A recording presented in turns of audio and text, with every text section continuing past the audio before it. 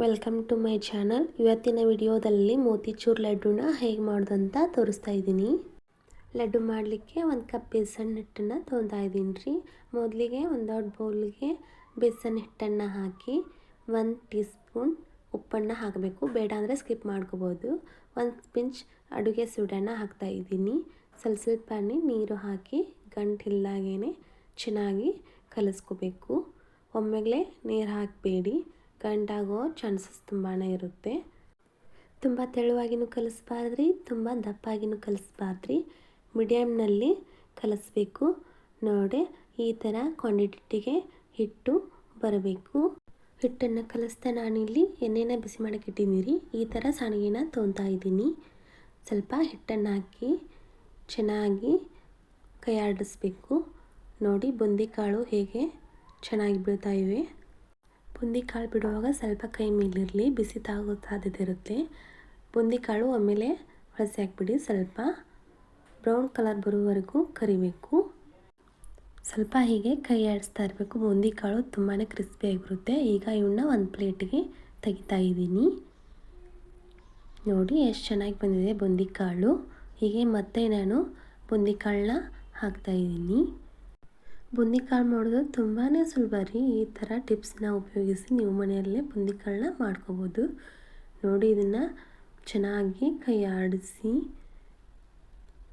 ನೋಡಿ, ಇದನ್ನು ಮತ್ತೆ ಒಂದು ಪ್ಲೇಟಿಗೆ ತೆಗಿತಾ ಇದ್ದೀನಿ. ಈ ಥರ ಬೂಂದಿ ಕಾಳು ಮಾಡೋದು ಕಷ್ಟ ಅನ್ನೋರಿಗೆ ಈ ಟಿಪ್ಸ್ನ ಹೇಳ್ತಾ ಇದ್ದೀನಿ ರೀ.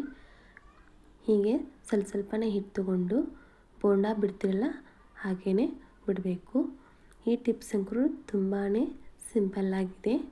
ಇದನ್ನು ಒಮ್ಮೆಲೆ ಹೊಳಿಸಾಕಬೇಡಿ, ಸ್ವಲ್ಪ ಬೇಯಲು ಬಿಡಬೇಕು.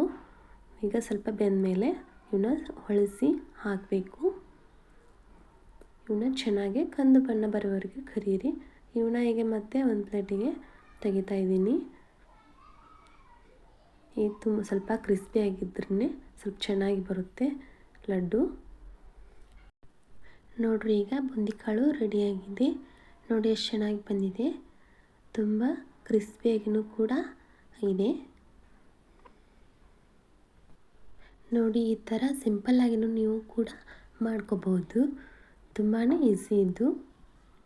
ಈಗ ಲಡ್ಡು ಮಾಡಲಿಕ್ಕೆ ಒಂದೇ ಕ್ವಾಂಟಿಟಿ ಬರಲಿ ಅಂತ ಒಂದು ಮಿಕ್ಸಿ ಜಾರ್ಗೆ ಬೂಂದಿ ಕಾಳನ್ನು ಹಾಕಿ ಒಂದು ಸುತ್ತು ಗ್ರೈಂಡ್ ಮಾಡ್ಕೋಬೇಕು. ನೋಡಿ, ಈ ಥರ ಗ್ರೈಂಡ್ ಮಾಡ್ಕೋಬೇಕು. ಎಷ್ಟು ಚೆನ್ನಾಗಿದೆ. ಈಗ ಒಂದು ಪಾತ್ರೆಗೆ ಇದನ್ನು ತೆಗಿತಾ ಇದ್ದೀನಿ.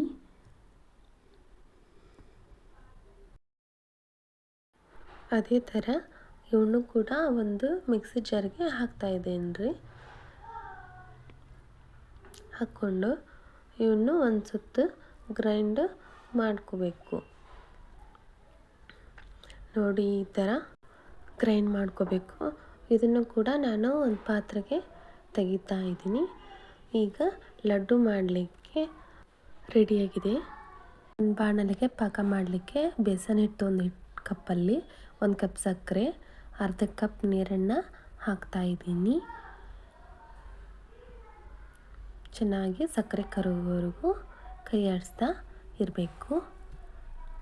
ಪಾಕ ಬರಲಿಕ್ಕೆ 4 ರಿಂದ 5 ನಿಮಿಷ ಟೈಮ್ ಹಿಡಿಯುತ್ತೆ. ಮಾಮೂಲಿ ಉಂಡೆ ಕಟ್ಟಲಿಕ್ಕೆ ಪಾಕ ತೊಗೊತೀವಲ್ಲ ಅದೇ ಥರ ಪಾಕ ತಗೋಬೇಕು. ಇದು ಪಾಕ ಬಂದಿದೆ ನೋಡಿ, ತೋರಿಸ್ತಾ ಇದ್ದೀನಿ. ಈಗ ಒಂದೆಳೆ ಪಾಕ ಬಂದಿದೆ. ಈಗ ಪಾಕ ರೆಡಿಯಾಗಿದೆ.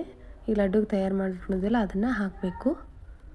ಸ್ವಲ್ಪ ಕಲರ್ನ ಹಾಕ್ತಾಯಿದ್ದೀನಿ. ಬೇಡ ಅಂದರೆ ನೀವು ಸ್ಕಿಪ್ ಮಾಡ್ಕೋಬೋದು.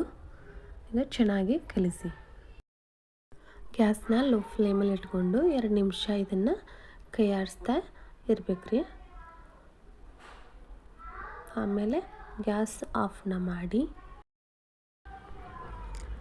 2 ಸ್ಪೂನ್ ತುಪ್ಪನ ಹಾಕಿ, ತುಪ್ಪ ಕರಗಿದ ಮೇಲೆ ಡ್ರೈ ಫ್ರೂಟ್ಸನ್ನ ಹಾಕ್ತಾಯಿದ್ದೀನಿ ರೀ. ಡ್ರೈ ಫ್ರೂಟ್ಸ್ ಹಾಕೋದ್ರಿಂದ ಲಡ್ಡು ಟೇಸ್ಟು ಚೆನ್ನಾಗಿ ಬರುತ್ತೆ. ಇಲ್ಲ ಅಂದ್ರೂ ಪರವಾಗಿಲ್ಲ. ಡ್ರೈ ಫ್ರೂಟ್ಸ್ ಕೆಂಪಾಗೋವರೆಗೂ ಇವನ್ನ ಕರಿಬೇಕು.